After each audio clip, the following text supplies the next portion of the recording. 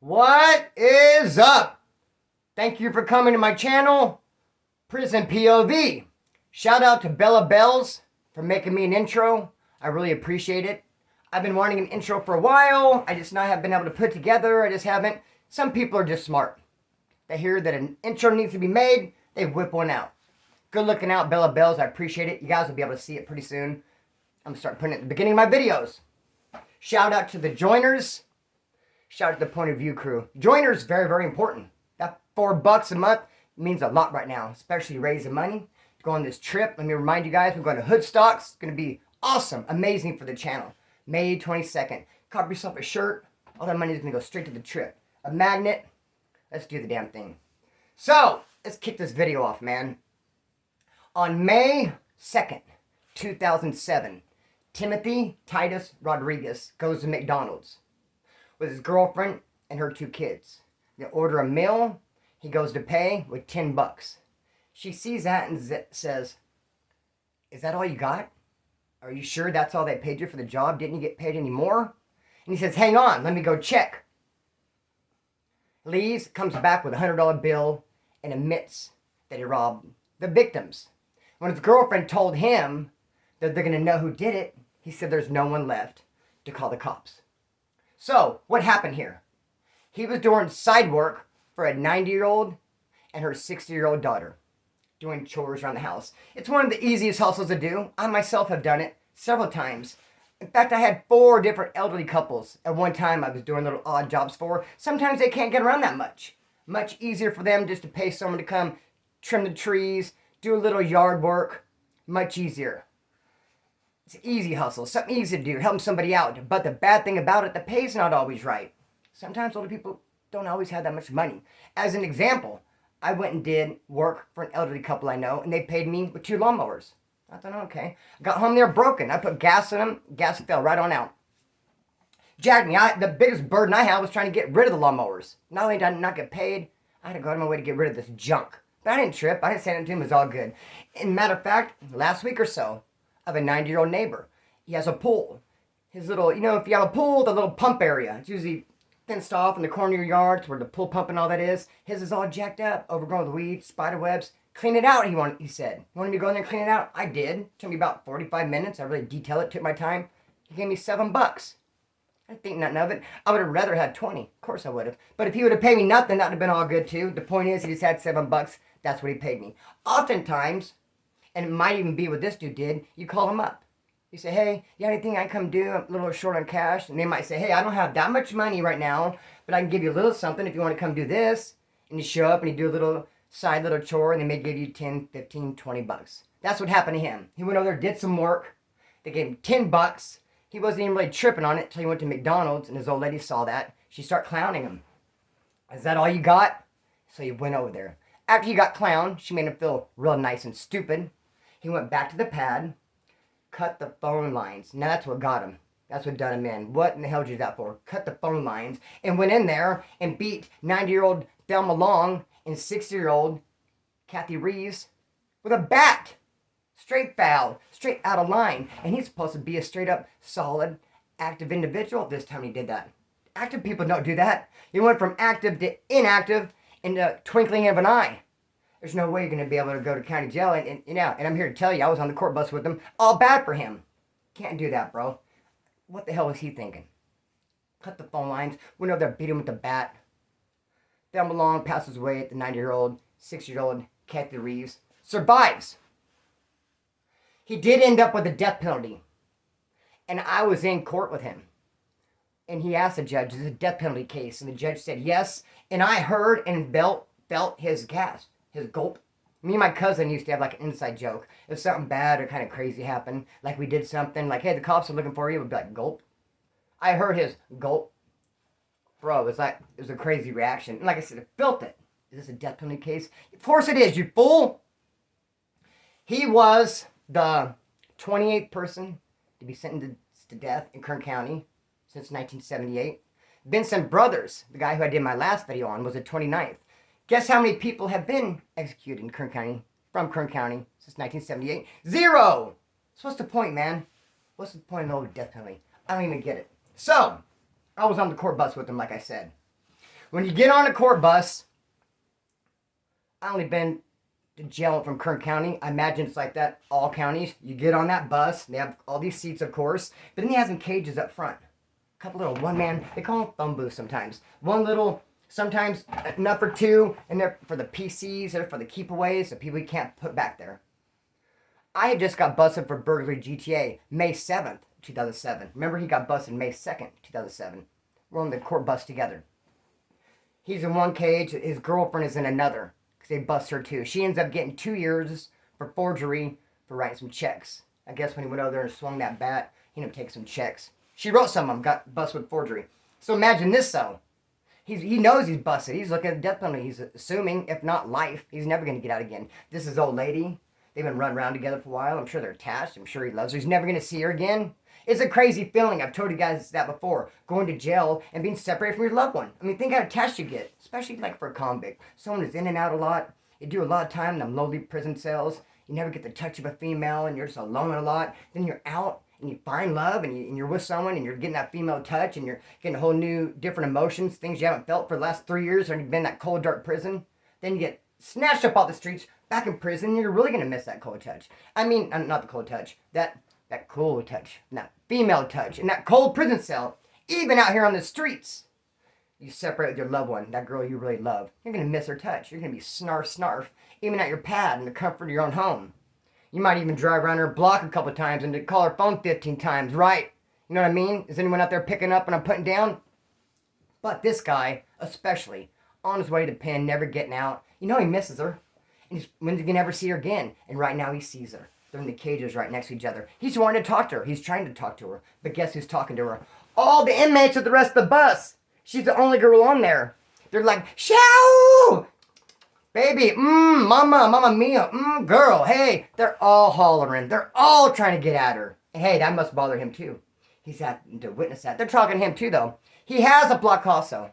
That dude, Hepatitis Rodriguez. I wish I could remember it. I cannot. Because remember, he's an active dude from an active gang. He had a lot of yanking juice he built up over the years. Lost it instantly. They weren't calling him as block also on the court bus. They were calling him Leba. Chabala, they're putting him down. They're disrespecting him hardcore. And they're coming at his girl. Probably for a couple of reasons. Because it's the only girl on the bus, and it's fun to do, and to like rubbing it to him. Take this fool, we're going to like flirt with your old lady, hardcore in front of you, and not let you get a word an inchwise. And he was telling her, don't talk to him, don't talk to him. So she's like, you know, telling the guys, he told me not to talk to you, which is making me look more stupid. And they're like, ha ha ha, he's saying, it was just crazy. It was off the hook. Mum's the word. As far as I'm concerned, I'm just sitting there watching this spectacle. So they're getting at her. She's flirting back. He's hating life. So, I got busted, though, for burglary GTA. Got busted for burglary GTA. What's crazy about that is the burglary was for the car keys. The GTA was for the car. So imagine that. That's almost like getting arrested for loading a gun and then getting arrested for firing it. Or how about this? How about getting arrested for swinging and then getting arrested for making contact? But those are good crimes, right? How are you guys going to arrest me, Kern County, for burglary, taking the car keys, and then using those car keys to steal in the car? Two separate crimes. Burglary, GTA. The reason why they did that gives them room to plea bargain. Like, we'll drop this if you take that. They love to do that. Had they just hit me with the GTA, then when I had nothing to work with. They had a lot to work with that burglary. I took the keys because it was from a house. So it was a strike. They're trying to hit me with a strike. They tried to give me 4 years, 85% for taking some keys and taking some car. Of a house that pretty much I lived in. It's my girlfriend's house, my girlfriend's car. I drove it more than she did. We were fighting.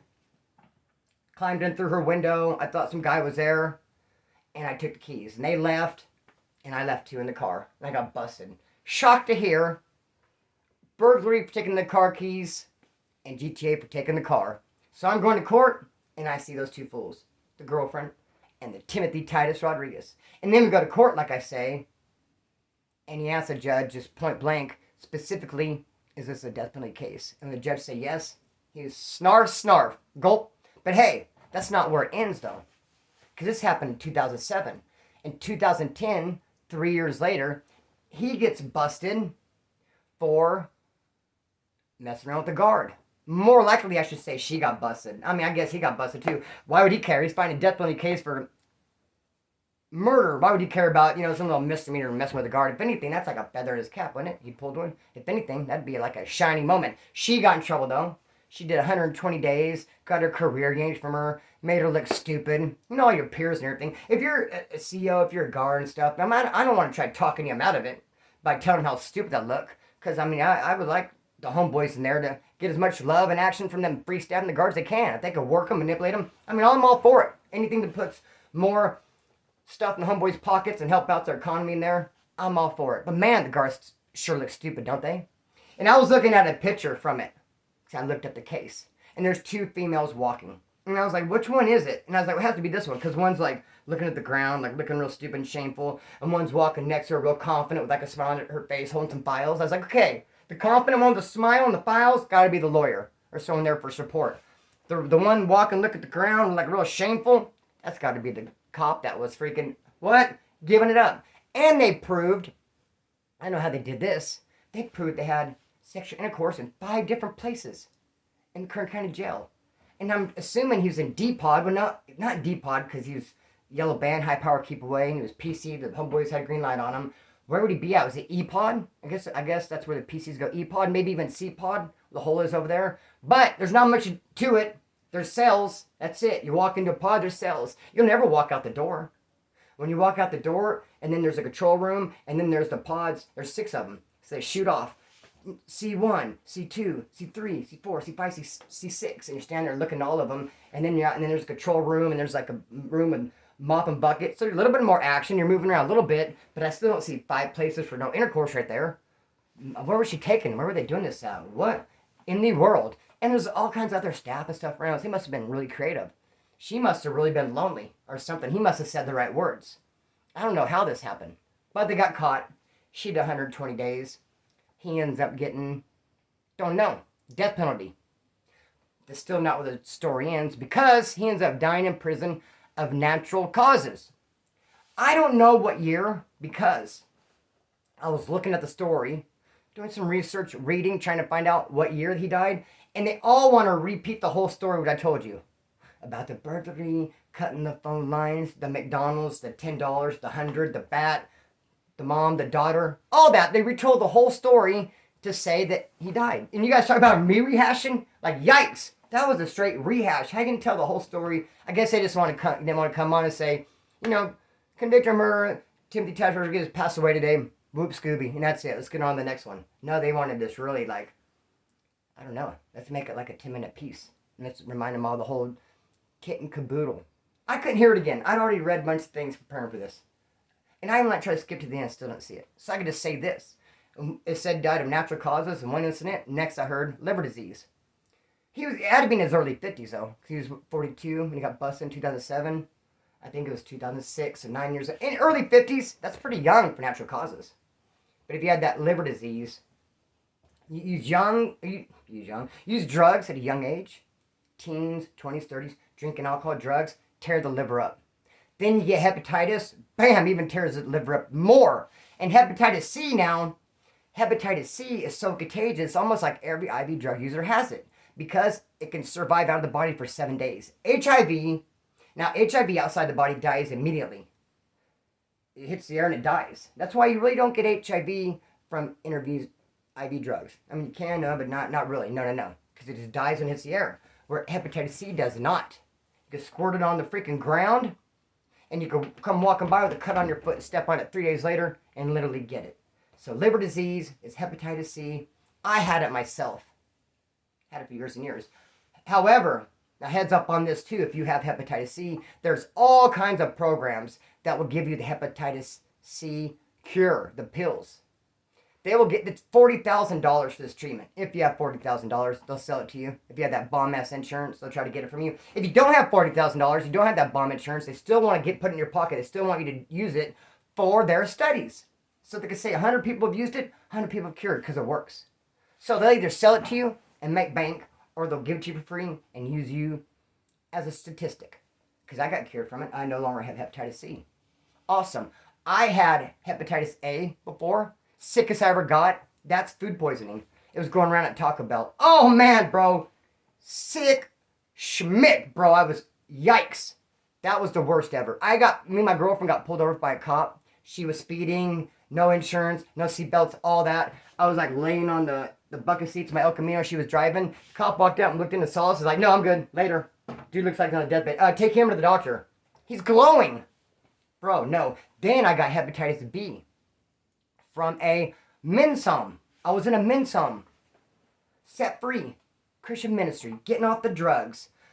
It's a bunch of dudes in there from the pen. The guy running it was from the pen. You could tattoo in there. They had homemade prison tattoo guns in there. Of course they did. A bunch of convicts bored. We're going to make a tattoo gun. Hey, here's how they did it though. Let's see. Since we're in a recovery Christian home, you can sling it and get tattoos, but it has to be a Christian related tattoo. Has to be. Okay, so there we go. So I got a Christian related tattoo because I really wanted the tattoo. The guy who gave it to me was nodded out on that garga the whole time. Did I say it right? Garga. Got to roll that R. Garga. He had a Donald Duck tattoo on his thigh. He did something that piqued my concern. It caught my attention. It didn't really strike worry in me. I kind of thought that's a little bit like, what? He was tattooing on himself the Donald Duck, hitting it like with a little bit of shade, and then doing my tattoo. At first, I literally thought he was taking the gun and dipping it in ink. Because, they do that, dip in ink, Then I noticed he's and dipping it in his tattoo and doing a little bit of shading on the Donald. I'm like, whoa, can you do that? Like a twofer? Bro, can you tattoo on me? He's like, well, I just hit a little powder shading before I get into the ink to go back to hit your hard line. Okay, cool. You set up the lingo. Works for me. End up getting hepatitis type B from that, which is called serum hepatitis, which comes in the blood. Yikes. Sick as a mofo. I was in that set free and I caught it. Kind of cool thing about getting sick, they actually let me go home for a week because, again, I was glowing. You get bright yellow, like no one wants to be around you. Like, yikes. So, boom. And then I end up with hepatitis C. Talk about some liver damage. Actually, my liver's doing good. No longer have the hep C. Get those pills if you can. What else are we talking about? So, he died. No longer with us. Could that be some karma, though? Because that's awful young to be dying in your 50s. Could it be because you went swinging a bat at a 90-year-old and a 6-year-old, and it's like you live by the sword, die by the sword type shit? If you're going to come being so brutal in someone's life like that, does the universe, like, come looking for you later? Like, Final Destination, put you in that chokehold, get a little nuggy on you? Like, dude, why'd you do that to a 90-year-old, huh? Put you under up your ass, kicking the butt? Go rot in the corner somewhere. I don't know. Could be. Seems to be. Or maybe you're doing life and you're on death row. And that's got to be like some depression. I mean, come on. I get depressed out here in the comfort of my own home with everything, with my laptop and guitars and friends calling me and smoking a weed and rock star. And I'm like, I'm bummed out. I'm just kind of sad today. I don't know why. I'm just a little bit bummed out. I'm just not feeling fulfilled. I don't know. I'm just sad. I just think it's going to be better. How about waking up on death row? Single man cell. Everything's like nice and gray. Nothing's bright in there. Everything's gray and dark and dingy and itchy. And your food, you're hungry after you eat it. You never have enough, and just people are yelling and no one likes you. And the people who do like you, did they really like you? And hey, don't forget, you got a death date coming up soon. I imagine you wake up like a little bit with some sadness. And your body is not meant to feel sadness. It probably just start dying from the inside out. Just like your body's not meant to be yelled at all the time. If you're in a toxic relationship, someone's yelling at you and cussing you out because they proved through plants, right? Didn't they have a study where they took a plant and they were, fuck you, plant, talking shit, you ugly ass plant, and start wilting. I'm like, you beautiful, lovely plant. I love you so much. And it's like, I'm a badass plant, eh? So, be that as it may, man. He kicked the bucket. Bro! Another thing that just happened. This ties right on in. Are you guys following it? Was it Alabama? Was it North Carolina? Where was it at? My bad. I caught the state. I don't remember it. We just had a very similar thing. We had a cop. We had a sheriff detention officer who ran off with an inmate. She'd been working there 11 years. I know you guys seen it on the news. Decided to break this dude out. They were working together for 3 years. So what? That dude's he must have macaroni. See, they got macaroni and they got cheese sauce. If you got mac, you can do that type of shit. You got Mac, man. He has enough Mac. He pulled that cop. Talked her into breaking him out. She was there for 11 years. Probably had pension and all that. Why couldn't she go to a bar, go to a Tinder, talk to one of her cousin's friends? Why couldn't she get on a dating app? Why couldn't she talk to the guy at the grocery store? Why'd you have to pick this dude? There's no future in his fronting.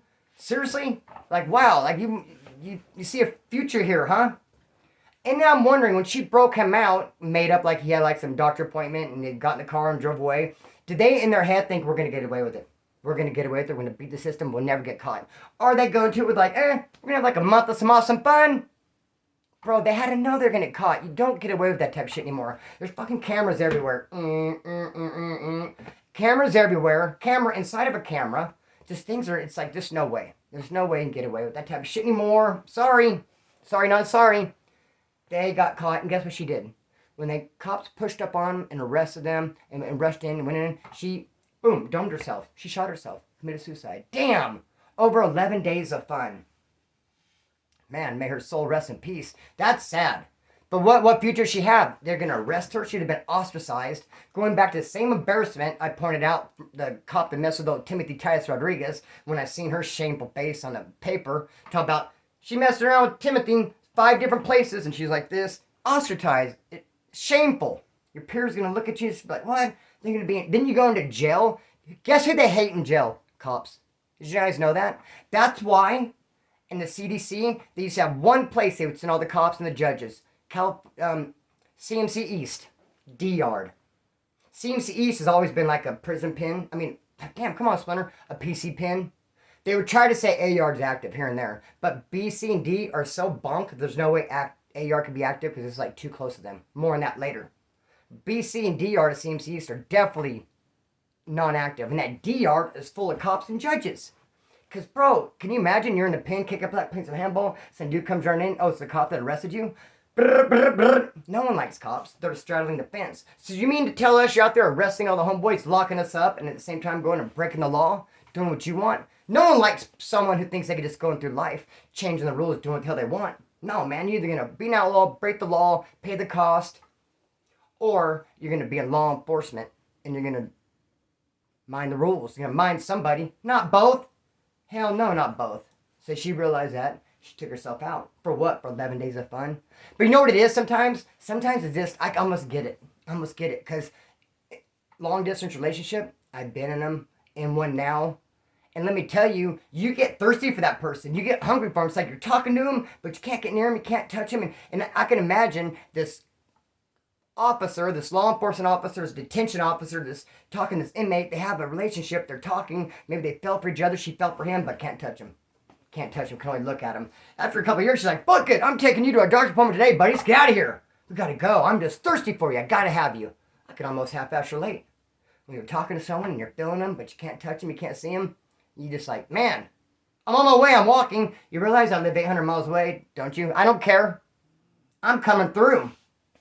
Because you want to talk to the one you love. So she went all the way there. And you get blinded. And you just convince yourself of all kinds of stuff never going to work. Like, we can pull this off. I could break you out and we'll be happily ever after. Then they lied to themselves. Man. Anyways, about to cut string, let it fly. Let me remind you guys. Going to Hoodstocks. Sunday, May 22nd. Gonna need the help point of view crew. Man, buy a shirt. Buy a magnet. Dude, I feel honored. Because Lucky Sun Zoo put out on Instagram from Hoodstocks. He's like, I want a wood. I want to have a wood for my podcast. People suggested me, some other people, and he said he saw my channel, liked my content, and said, pick me, man. Wow, that made me feel pretty good. So I don't want to mess it up. I got to show up with bells on to represent to the fullest, represent the point of view crew, prison POV, represent the woodpile. I got to get there, man. Show some love. Nothing but most love and respect for my joiners, the point of view crew, for Bella Bells. Love you guys till the wheels fall off. And hey, what video tomorrow? I'm posting every day for the month of May. What? That's how we get down. Not sure what tomorrow's video is yet. It's going to be fire. Can't wait to see you. Cut string, let it fly. Peace.